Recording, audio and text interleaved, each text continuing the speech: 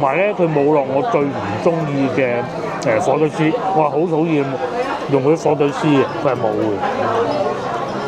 魚飯55蚊，2.4折啊！係啊，55蚊咯。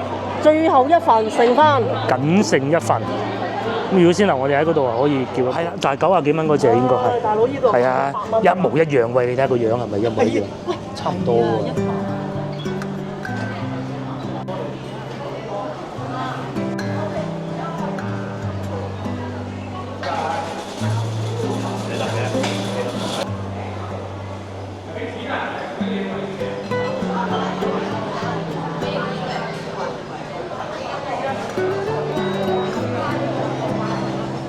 Hello， 各位觀眾大家好啊！我而家所在位置海珠廣場上邊嘅彬彬時裝，咁即是話咧以前嘅廣交會所在嘅地方。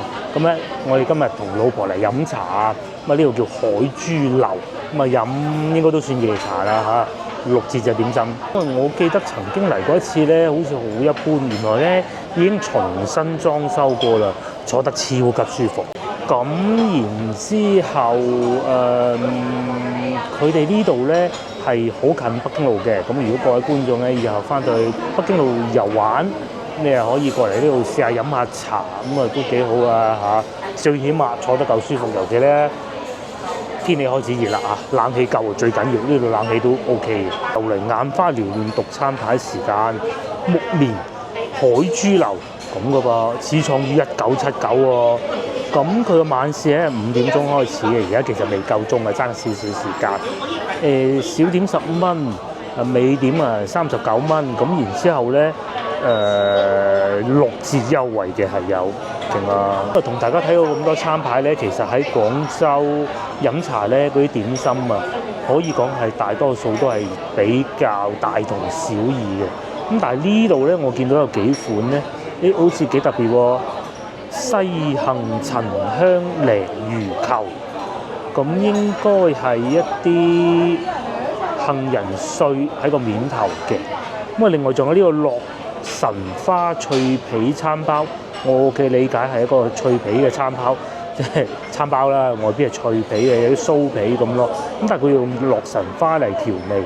咁再嚟就有鹹煎餅就不講了。麥香薑奶糕，夠特別喎。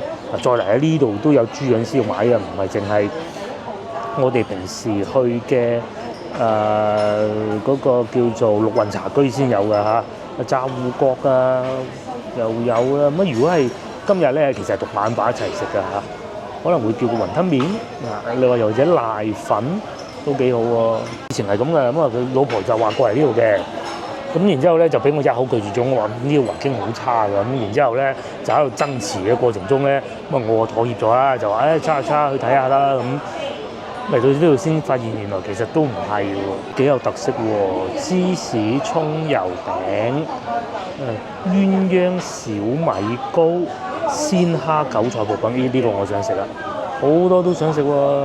豉油皇炒麵係啊，我喺社交媒體睇見佢哋嘅豉油皇炒麵咧係幾好嘅。呢邊咧就係一啲比較傳統嘅點心啦，蝦餃啊、鳳爪啊、排骨啊咁樣咯嚇。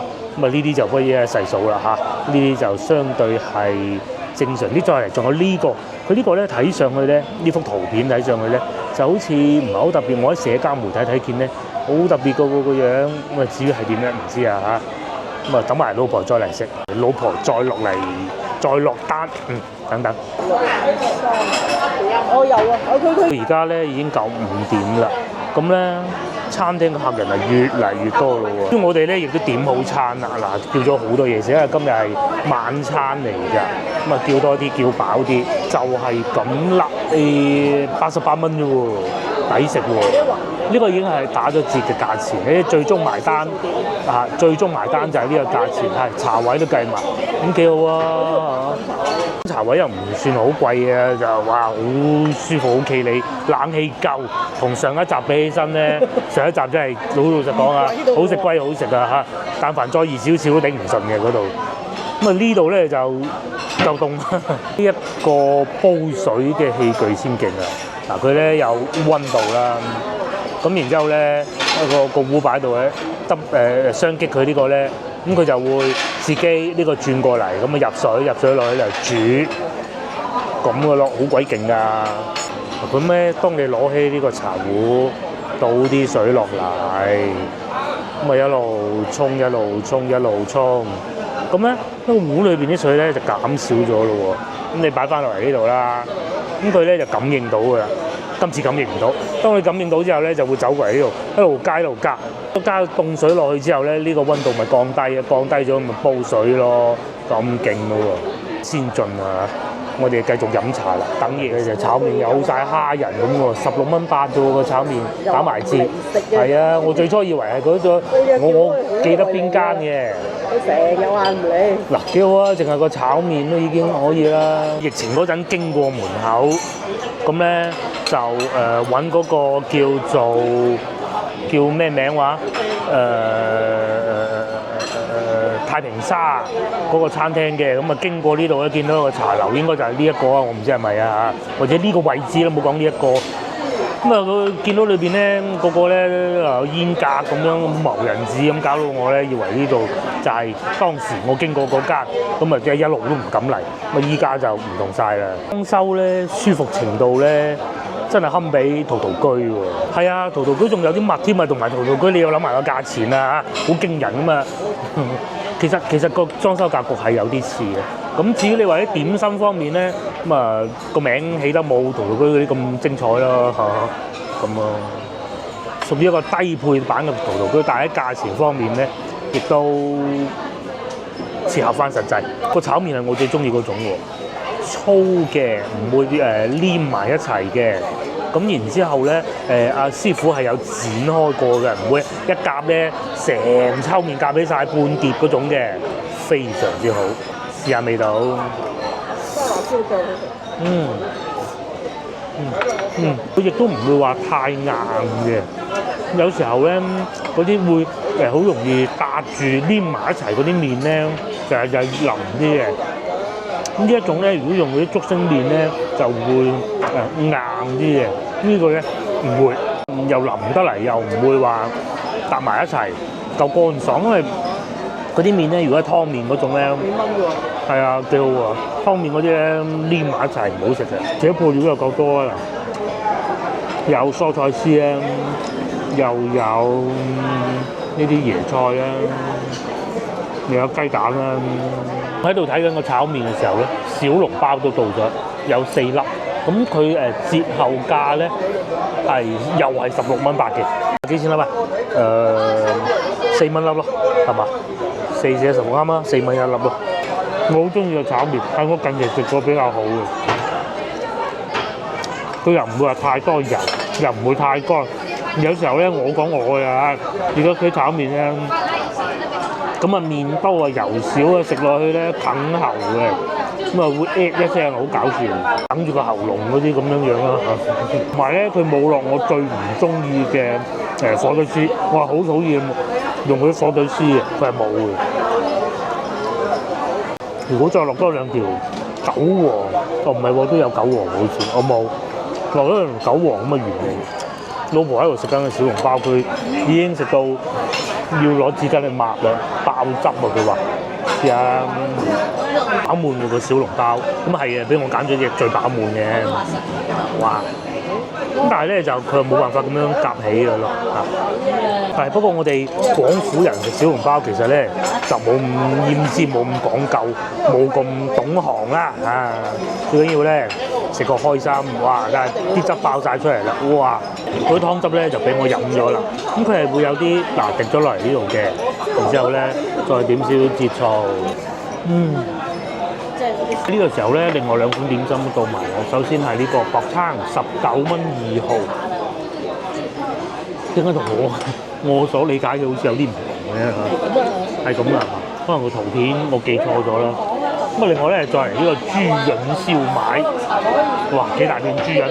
咁佢打完折都係16蚊8，唔係19蚊2，或者呢2個係19蚊2，19蚊2，19蚊2，呢個16蚊8。咁我繼續食埋個小籠包啊，係幾好食嘅，佢唔會有太奇怪嘅味道啦。但係咧就肯定會有少少黐住呢個冇車嘅景。我對呢個炒麵非常之滿意，真係好好。接落嚟食個豬潤燒賣啊，大豬潤，哇！好緊要嘅火候唔計啦，仲有呢個肉丸我梗係試下豬潤先啦。有甜味佢豬潤咧唔算好爽脆，但係咧肯定唔算老，有啲甜味喎，係。有啲甜味喎豬潤。咁樣口感嘅豬潤咧，我都算係第一次食，唔係講人哋難食，而係咧佢又肯定唔算話過火但係就肯定夠熟。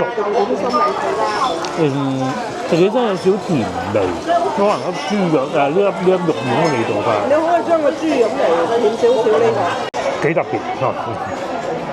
接落嚟咧就到呢個咁樣喎，呢個甜角餐啊。我最初咧以為咧佢係將啲杏仁嗰啲片擺個面頭嘅，其實就唔係。但係咧老婆已經食咗2嚿啦，滿意到不得之了。爭最怕乜嘢？甜嗰頭同埋太油，係啦，尤其係太油，甜都可以接受。我講嘅嚇，咁呢個油唔油啊？唔算油係嘛？中間係好多椰絲嘅，我哋見到。就其實佢係中間嗰個芒果啊，係嘛？佢唔算太甜嘅，即係呢個好黑功夫，好多功夫啊！又要煎咗個餅皮啊，然之後又要包啲嘢落去啊。呢個係木瓜定芒果啊？我睇唔出，我睇似鹹蛋黃啫。木瓜唔算太甜啦，幾好。以前我阿婆最中意整呢啲啦，薄餐好多嘅，點樣捲啊，攞個開啲粉咁樣攞個鑊一煎就得㗎。然之後咧就落啲砂糖啊、椰絲啊，各種都有。呢度中間呢個應該係麥片嚟嘅，我估。而家咧帶老婆嚟行下呢個彬彬時裝啊嚇。其實呢度係舊交易會嚟嘅。呢棟樓咧1958年落成，所以咧睇下嗰個地下咧係咪好有年代感咧？係咪當時用到依家咧？我梗係唔知啦。不過就算話係，我都信嘅。1958係啊，以前就係咁啊，仲係木嘅添。當時嘅交易會就喺呢度進行嘅。時至今日咧，呢度咧都係好多嘢賣嘅。賣下啲衫啊，賣下嗰啲茶具啊，各種都有㗎。然之後咧，去到01年嘅時候咧，易咗手啦，就海印集團就買低咗呢度啦。用咗差唔多4億人民幣。然之後咧，呢度咧係好有歷史嘅，附近當時最威水嘅呢棟樓。我仲會記得有一次咧，我喺度撞到我阿叔上去揾洗手間，我同個女嚟呢度飲茶。依家咧就變咗好多呢啲賣衫嘅鋪頭咯。行到出嚟呢度咧，就廣州嘅商業中心旺地斜對面就星環廣場啊，賣車嘅小米都有賣手機，但係咧喺廣州咧，如果想睇小米嘅車咧睇，呢度都有睇嘅再嚟就左邊華夏大酒店啦。然之後咧喺呢度一路行過去咧就係一德路啦。我哋既然嚟得到海珠廣場，又帶大家行下北京路啦。先食嘢最終埋單確實係88蚊嘅，幾好啊，幾舒服嘅，同埋嗰啲小姐姐都好後生啊。呢度而家就變咗係賣衫嘅。當時咧1958年落成嘅時候好威水啊！呢度講到好似我知嘅咁喎，我媽都係得幾歲嗰陣。個建築咧係好當時都係因為模仿蘇聯老大哥嗰種形式嘅屋嚟嘅建築物嚟嘅。隔離咧就係嗰個解放像啦、解放紀念碑啦，再過啲華夏大酒店啦，呢度海珠廣場啦，同埋咧萬萬都諗唔到啊！當時梗係諗唔到都好正常嘅。呢度咧就係有2條地鐵線匯聚。好熱鬧啊！呢度如果上一集咧，我哋咪去試工嘅，點樣去試工咧？就係沿住呢條路，大家即係過馬路先啊，梗係過咗對面馬路，沿住呢度一直行，行其實15分鐘到就到㗎啦，唔係好遠嘅啫。與此同時咧，樓上呢個麥當勞啊仲喺度嘅，咁啊好老牌嘅啦做咗。當時我仲記得嗰陣去香港旅行啊，定去澳門我唔記得咗，都喺呢度坐巴士啊，就係當時就喺呢個麥當勞等嘅。我仲記得應該係去沙扒灣嘅咩？我唔知喎，老婆講呢度唱卡拉 OK， 係啊，唱卡拉 OK 同埋等車去沙扒灣，好似都係呢度嘅。不過嗰陣係要坐大巴去沙扒灣，依家咧就可以我哋自己揸車去沙扒灣。我哋幾時去沙扒灣？啊，我哋幾時去沙扒灣揸車去？我唔可以，好遠嘅揸車。唔係啊，2個幾鐘嘅咋，依家好快啊！呢度咧就寫住啦，海印繽紛廣場。咁啊係海印集團旗下嘅，嗱仲有堂會啊！喂，你睇下堂會Music Box 有2個卡拉 OK 嘅，3人同行1人免費喎，睇下唱卡拉 OK 90蚊一位喎，包自助餐㗎。係有埋嘢食㗎嘛，係咪？嗰個係閒一價，就算星期6日最抵係週1至週4，係食落3小時加收45蚊一位，45蚊一位。週5至週2日就好複雜55蚊。總之大家睇住啦，最貴嗰個時段咧都係118蚊嘅啫嚇，最貴講緊嘅。佢如果你齋唱 K 咪45蚊咯，淨係唱 K 45蚊。如果你係唱 K 加一個自助餐咁咪78蚊啊，或者90蚊咯，係咁樣啊。而且仲要3人，佢呢度 K 加自助餐啊嘛，就係咁啊，幾好㗎。幾好。我哋就以前唱交係啊，都係堂會，我哋知道嘅就係地理位置好方便啊嘛。咁啊原先咧，其實事情係咁嘅，個女咧今日考試，我諗住咧請佢去天河南嗰度去食下好嘢，因為咧母親節啊嘛，母親節係要氹佢開心嘅，都唔知點解嘅。咁但係咧，佢話考試好辛苦啊，咁考完咁啊走咗去同朋友周街飲食啦，咁啊唔知睇下會唔會喺北京路撞到佢啊？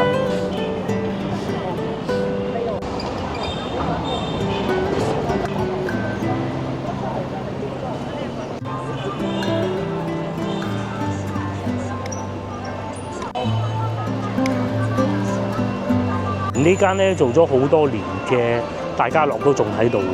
咁我哋而家企緊呢條路咧，呢棟樓就係廣州起義路1號啦。咁啊沿住呢度一直往前行咧，就去得到中央公園嘅人民公園嘅。咁啊如果要去北京路遊玩咧，從呢度行咧都唔痛苦。不過我諗咧好多觀眾睇我呢個頻道咧，都唔使再聽我多講呢句説話啦。咧收到一個評論。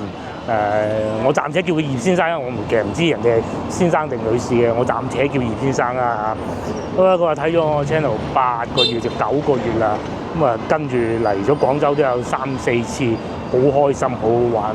咁其實咧觀眾開心咧，比任何嘢都高興嘅。對於我嚟講啊，咁翻嚟廣州遊玩啊，跟住我哋飲食啊，又或者咧甚至乎。有邊度好嘅，亦都可以推介俾我。我唔係全部都知道晒噶嘛，我亦都嘴得一個嚇，試唔到咁多。譬如好似上次咁咧，咪有觀眾帶我哋入去翼行裏邊咧，我真係唔知嗰度好食啊！食落去真係好特別喎嚇。我就繼續行啦。呢個係新開嘅，呢個係食嗰啲餅啊，中式餅嘅。咁啊再嚟，以前我記得呢度係有一個。呢度又有海珠樓嘅，而且海廣樓嘅喎。再嚟，以前呢度有個食煎餃嘅，冇咗啦已經。應該就係呢個位置，如果我冇記錯嘅話，11號啊嘛，冇咗。咁啊接落嚟後邊咧就全部都係賣鞋嘅啦，全部都係賣鞋嘅。有啲賣下鞋啊、時裝啊，各種都有嘅。咁間唔中咧有一間鋪頭係賣食呢啲牛腩粉啊、小食啊咁咯，19蚊牛腩粉咁。邊咧其實都有不少餐廳嘅，我哋食過東山小廚老廣州未食過，下次有機會可以試下。但係咧就坐得肯定唔夠先頭嗰度舒服。咁啊再嚟俾一個推薦大家嚇，之前我食過一次，嗰個越南菜好好食，真好食，但係一定要嚟早啲嚟先至有位，好食啊！華夏大酒店，呢個就叫金月軒越南菜館啊，老闆咧佢老闆啊嚇，係真係喺越南華僑嚟嘅，咁啊翻嚟呢度創業，好似係話做其他生意做下，不如都開翻餐館啦。嘅。咁如果嚟北京路附近遊玩嘅話咧，呢個我都係推薦。茶咧又唔講幸運樓咁計咧，其實仙樓嗰度都幾好。我哋咧致力去發掘北京路周邊有咩好嘢食咯。仙樓嗰個咧都喺我哋心目中都算係北京路周邊美食其中一個比較好。到呢度咧就好濃嗰啲鞋味啊、皮嗰啲味。呢度大德路係嘛？大新路啊，我幼兒園就喺呢條路，你知唔知？不過而家冇咗啦。我幼兒園係一個天主教教堂嚟嘅，冇燈嘅行得。細個嘅時候咧，咁啊放學啊幼兒園放阿媽咧就攞部單車喺度咁樣接我翻嚟，我就最記得呢一個位置嘅，坐個單車尾。咁啊最勁咧喺斜對面又有觀眾，如果喺廣州住過好耐就知道㗎啦嚇。咁啊而家就冇㗎啦嚇，講清楚先，就係食香肉嚇，斜對面。陽光啊，有一個炭爐咁樣擺咗喺度。我有啲香港嘅堂哥咧翻到嚟，因為喺呢度附近住啊嘛，當時我哋咁都係一定要去嗰度試下。聽佢哋講就話好好味嘅嚇，咁啊即係風味係好獨特嘅。依家就梗係唔提倡啦。當時其實就冇咁多嘅各種嘅説法啦嚇，但係依家就冇㗎啦嚇。大概就喺咧高第街嗰個牌匾嘅左手邊嗰度，嗰個位置咁嗰啲炭爐咧就會擺晒出嚟路邊㗎啦。咁及後咧，佢個老闆咧都換咗第二個地方經營嘅，但係就肯定係唔係做高中生，要做粵末煲咁咯。至於呢度咧，全部都係賣鞋，我就有啲賣襪嘅。咁啊，裏邊咧高第街裏邊咧就係賣內衣嘅，係啊。行高第街係嘛？我哋行高第街過去嘅。我再俾一個推薦大家咧，就係往前行少少咧，仲有一個明華餅屋，咁啊食蛋撻都係好好嘅。呢度最近嘅地鐵站咧，大家都見到啦，海珠廣場。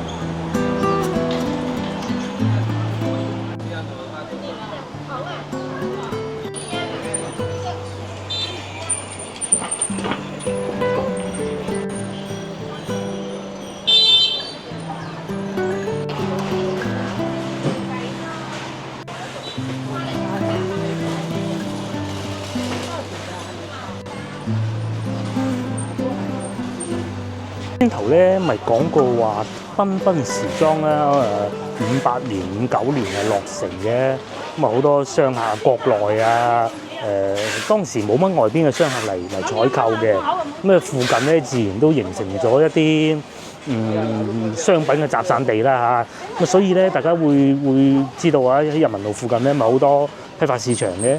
其實我相信應該都係由當時嘅繽紛時裝帶旺嘅。咁啊其中一個咧，一直到依家都仲好旺嘅地方咧，就係呢度啦。高第街嘅成行成市嘅，咁啊賣下嗰啲內衣褲啊、游泳衣啊，最主要係內衣褲居多咯。然之後咧呢度咧已經係整過條路啦。早啱疫情嘅時候咧，咁我哋經過一次嘅時候，經過幾次都係嘅，整路整到根本同老婆講嘢都聽唔到嗰種咧，因為條路窄㗎。咁但係咧我諗作為觀眾咧嚟呢度機會可能冇乜啦嚇。咁但係咧嚟睇下都好啊。譬如話呢度有掃波行啦，我咧未變成咁樣賣呢啲內衣嘅時候咧，其實係一個好有姓許嘅家族啊，喺呢度係佢嘅地主嚟㗎。咁許地呢度就叫做，包括先頭經過掃波行啊，各種都係咯。甚至乎仲有魯迅先生咧，佢喺廣州住嘅時候咧，都曾經喺呢度住。嗰啲巷仔咧係可以揾到當時好多許氏家族嘅舊居，而家都仲保留住㗎嚇。同埋有啲係要圍住佢記住佢咯嚇，就唔俾人住嘅。咁我以前咧咪讀華僑中學嘅，咁其實有2到3個同學咧都係喺呢度住啊。佢哋我曾經去過其中一個同學屋企啊嚇。佢爸爸當時我講係喺廣賓咧做嗰啲點心師傅啊，好早起身。佢話佢爸爸咁，然之後咧就住嗰間屋係好舊嘅。佢而家個同學而家都仲住喺呢度嘅。上樓咧就真係磚木結構嗰啲，有聲啊嗰啲屋。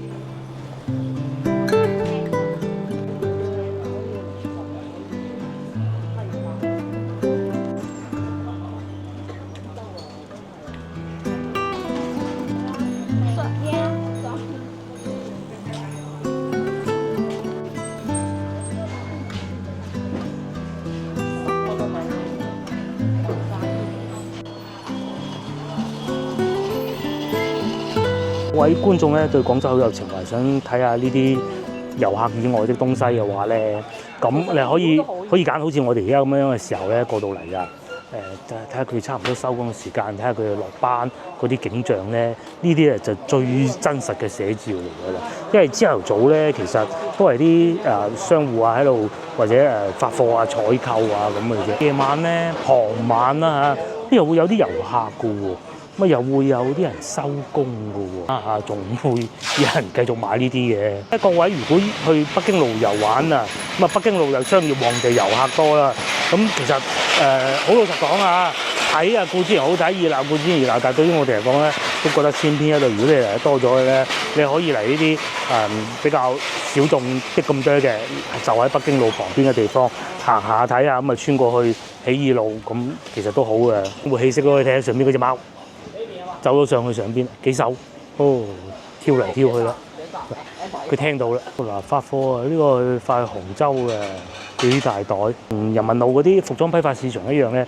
咁佢哋都係爆仔啊！嗰啲咧大件啲嘅，呢啲咧就細件啲嘅嚇。咁啊發到去杭州啊、廣西啊、雲南啊都有，全國各地都有嘅。咁啊到夜晚黑咯，咁咪攞大貨車運走咯。嗰段之後咧，咁啊接落嚟我哋行下呢度啦。呢度咧其實係一個市場嚟嘅，係最近北京路嘅一個市場。不過呢個市場咧就唔係好大嘅，咁同埋咧同先頭高第街唔同，呢度叫職銀行啊，地下咧係有青石磚嘅。不過佢係屬於嗰種挖起身翻身過嗰種咯。呢度嗰啲屋咧仲係咁嘅青磚，同埋係木窗嘅。呢度咧就係個市場嚟㗎啦。再行出去外邊呢個位置，大家睇唔睇到呢條巷仔？其實出去就係泰康路。咁啊呢度咧就係一個市場啦，木牌頭市場，呢度就叫木牌頭啦。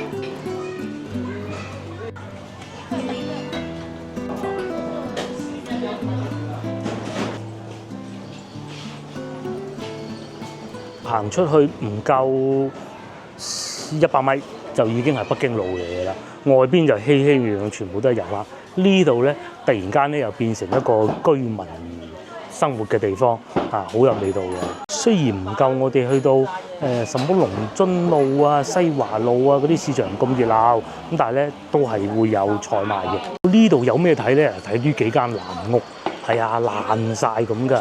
呢度裏邊應該係叫西環街，應該冇記錯啦嚇。東環街就喺對面嘅，爛到咧係冇人住嘅，好似嗰啲。去到中東打仗嗰啲咁樣樣嘅咯，呢度入去有木牌橫，我哋唔入去啦，因為曾經直播入過一次。上邊呢幾間爛屋啊，唔知點辦好，可能佢係會有歷史意義，咁咧又唔拆得，但係唔拆得嚟咧，翻身咧又可能使得錢多，我估㗎咋嚇。咁而家咧就咁啦，同中東嗰啲打仗嗰啲地方咧。嗰啲屋咧好啲嘅，咁呢啲啊，起碼仲有框架結構咯，嗰啲啊冇晒。啦，肯定亦都係唔會有人住噶啦。咁但係即使冇人住咧，睇見啲屋咧都好西化、好洋氣嘅，個門係咁。嗰邊咧一步之遙行翻出去就係北京路粵海天河城嗰度啦。咁外邊嗰度咧就會見到啲遊客㗎啦。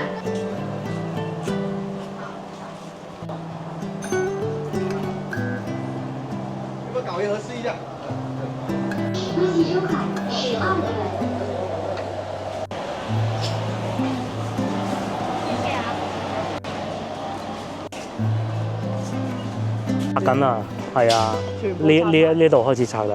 我細個嘅時候咧喺呢度附近住，可能要全拆，係嘛？我媽有一個同事，佢就喺呢度住噶啦。咁當時係租嘅啫嚇，住得好近我哋。咁啊嗰個叔姓吳嘅，咁已經係早差唔多20年咁滯啦，就已經移居咗去美國噶啦。咁當時佢就住喺呢度，我好記得，好深印象。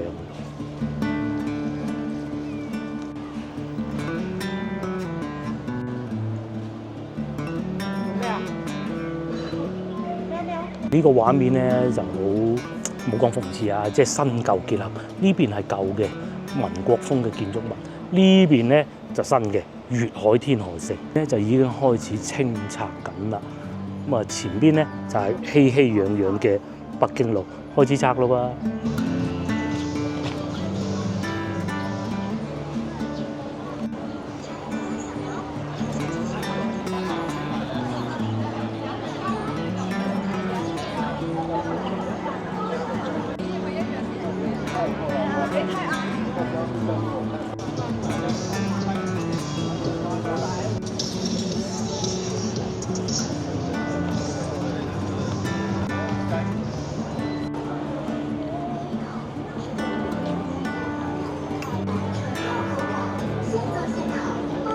喺老婆要求之下咧，我哋又行翻出嚟外邊睇呢啲爛屋啊，已經睇過好多次。呢度咧就係先頭話裏邊呢幅牆啊已經拆晒嗰部分咯。咁啊外邊就係咁嘅，裏邊咧就已經拆晒㗎啦。呢邊咧繼續就係賣呢啲集市啊，賣嘢食啦。但係咧行過咁多次，今日就算最少人啦嚇。平時嘅話咧，仲會擺啲凳喺度，俾食客啊坐住啊，咁啊食下嘢咁啊。今日凳都冇埋。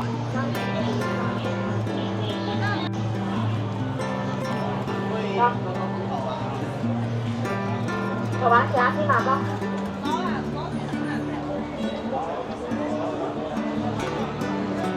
榴蓮先至少啊，連貴啲連貴，甚至係幾？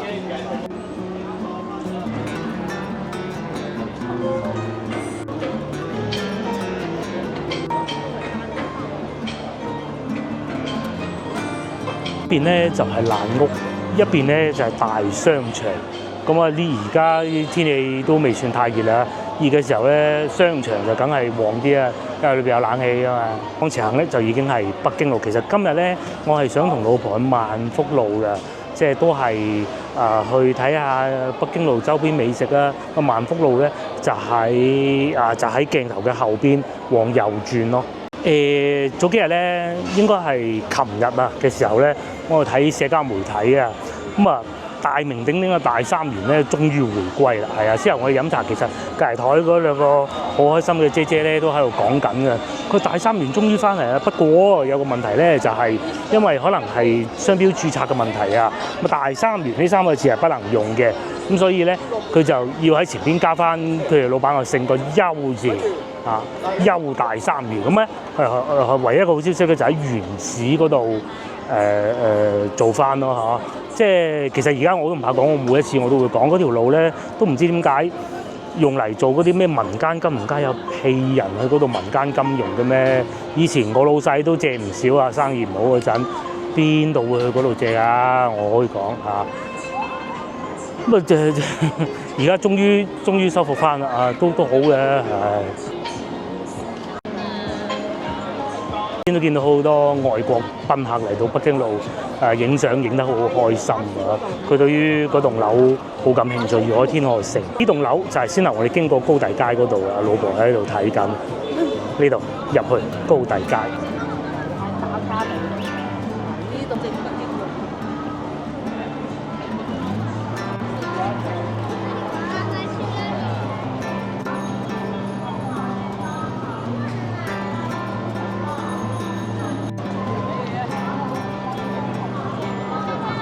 因為我哋今晚嚟就比較熱嘅，咁咧咁啱亦都遇到咗咧文明路呢度咧着燈啊，嗰啲永漢庭醫院呢一棟樓咧，呢堆建築物咧啱着燈。再往前行少少咧，就係早前同大家所講嘅嗰個消防局咧，即係模仿英國風格嗰個消防局咧，就喺前邊嗰度嚟㗎啦。呢度咧亦都唔使要我多講啦嚇，就係北京路。我諗我哋嚟北京路多過去上下九嘅。上下九好老實講真係冇乜行嘅啫嚇。北京路咧其實都有啲嘢行嘅，好多鋪頭咧都係好多人嘅，有啲鋪頭係可以值得去嘅。我哋咁熱不如去廣百買雪糕食啦嚇。好啊，好熱啊！今日係週末啊！係話説咧，國慶節假期咁啊調休，咁啊調到咧今日咧係星期六嚟嘅，但係其實要翻工嘅咯。聽日就只有1日嘅休息日嚟嘅，咁啊，但係咧都好多人喎。我哋會去前邊廣百嗰度去嗰個超市嗰度啊，買啲雪糕食嘅。惠福西美食街一樣係咁多人，艱難，好艱難㗎，係啊。基本上冇位。好艱難要揾位。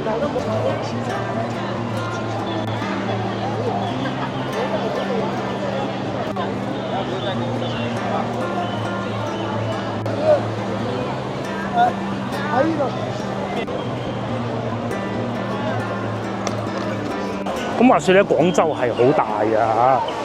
天氣預報話咧，今日咧係會有狂風暴雨。咁咧，我因為狂風暴雨，因為我知道天氣預報啊嘛，咁啊好多觀眾問我究竟呢兩日翻嚟好唔好啊？咁我梗係話唔好啦嚇。但係到依家咧，一滴都冇，係一滴都冇。咁啊，所以嗰啲天氣預報咧，其實都係咁啊係。廣州係好大嘅，梗係啦，到時揼濕咗感冒啊唔好啦嘛，係咪先？但係咧，有時候過於保守，搞到啲商戶咧，其實人哋啊已經係捱咗幾年咁差嘅生意㗎啦，叫做而家開始有翻啲生意啦。嗰啲天氣預報咧就真係有時候。即係佢淨係企喺自己嘅角度睇咁，有時候我覺得佢梗係啦，你報咗實冇衰啊，係嘛咁咯。落雨啦，好多人咧就未必夠膽出嚟嘅啦嘛。又或者如果唔係啲天氣預報咁講咧，即係佢再準啲嘅話咧，可能人客更多咧。咁啊唔係個個都係喺度賣彩票，同埋廣州酒家㗎嘛，賣彩票梗係頂得順啦，廣州酒家梗係頂得順啦。見到一次冇乜人啦，係咪？而家賣彩票都咁少人啦，係。怕落雨啊！北京路始終都係北京路，都係好多遊客嘅。賣金嘅又有啦，賣雪糕嘅又有啦，糖水鋪又有啦。專門去睇人哋買彩票啊，係嘛？好似去入到去葡京咧，自己唔玩睇人玩嗰種好開心嘅嗰種感覺。係啊，幾多人啊？幾開心，幾多夢想喺個頭頂。好有夢想，夢想係無價嘅。今日呢場雨咧，其實我等咗一日。今朝早我又等緊，會唔會落雨咧？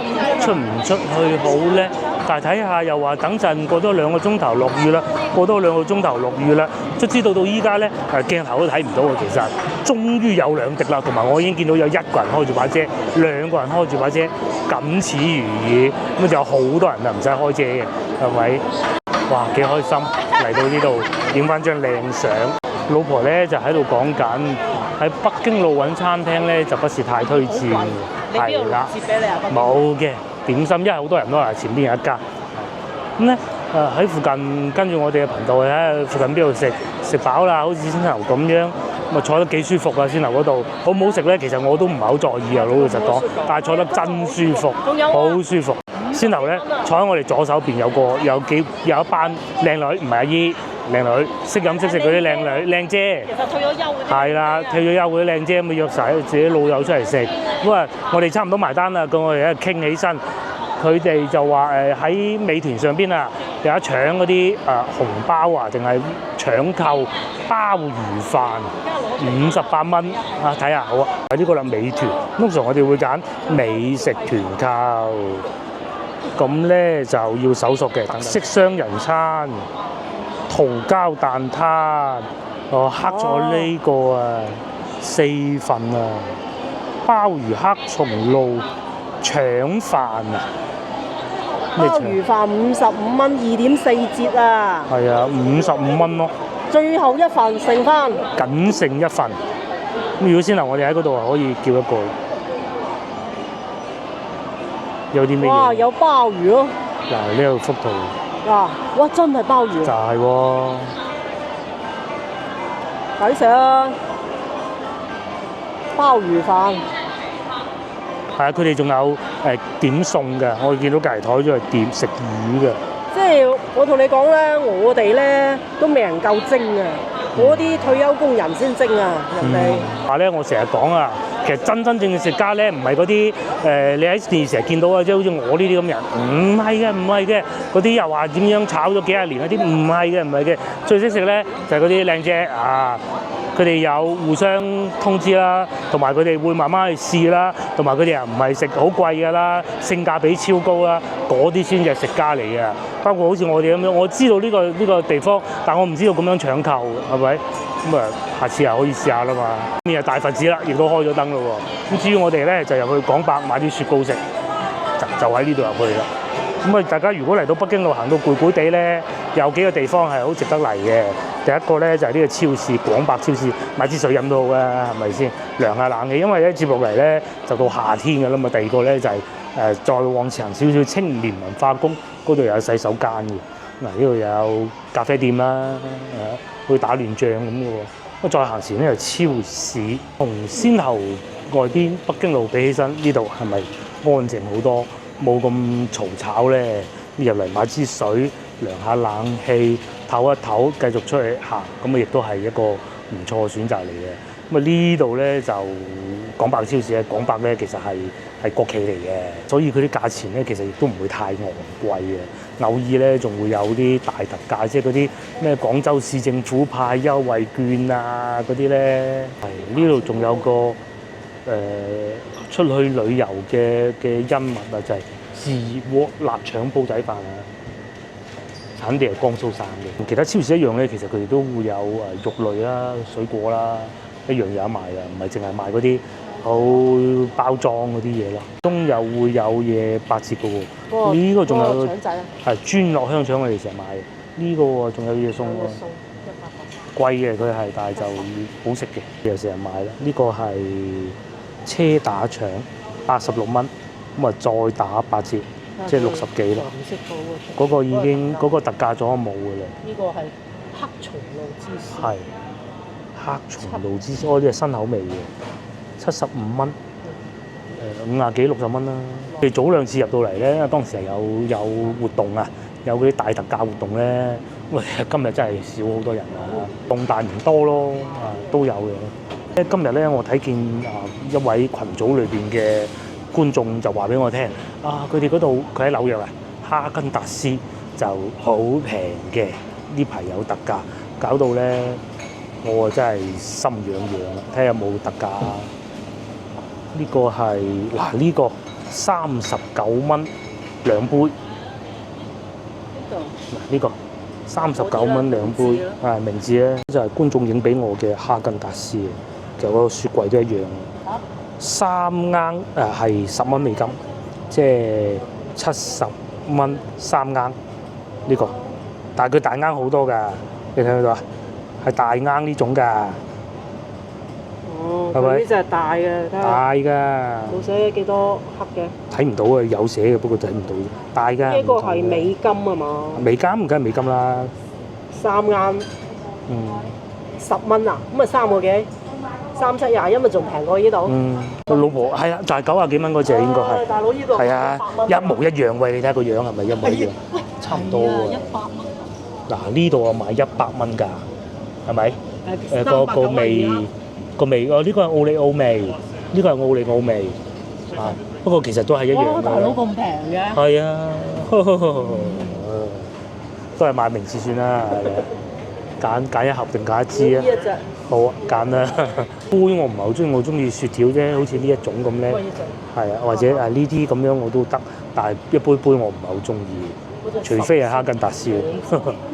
冇特價，上次有得28蚊嗰個啦，28蚊嗰個特價。你睇下佢有幾多支啊嘛？哦，呢度幾多支啊？呢隻？呢度係6支，係6支，嗰個係10支，咁啊10支嗰個。咁我哋啊攞咗盒雪糕啊嚇，要快啲翻屋企先得啦。買咗雪糕就快走。商場都人流量都正常嘅，其實係咁噶嚇，廣百係。唔係，佢會有活動。有活動嗰陣就好火爆嘅，埋單都賣唔到嗰種嘅。但係佢啲貨物咧就幾好嘅，係有保證嘅。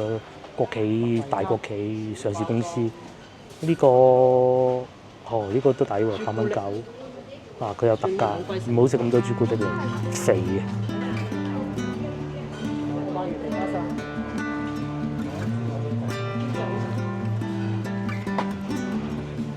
都係要買一盎魚皮花生，呢個係幾錢啊？27蚊8。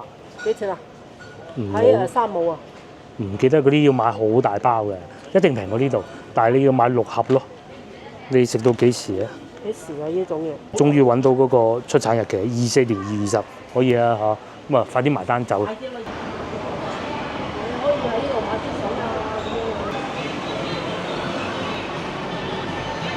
開緊呢個雪條啊，梗係即食啦，新鮮食最好嘅啦。翻到屋企咧，會俾個女食晒嘅。翻到去佢啊，鹹嘅喎。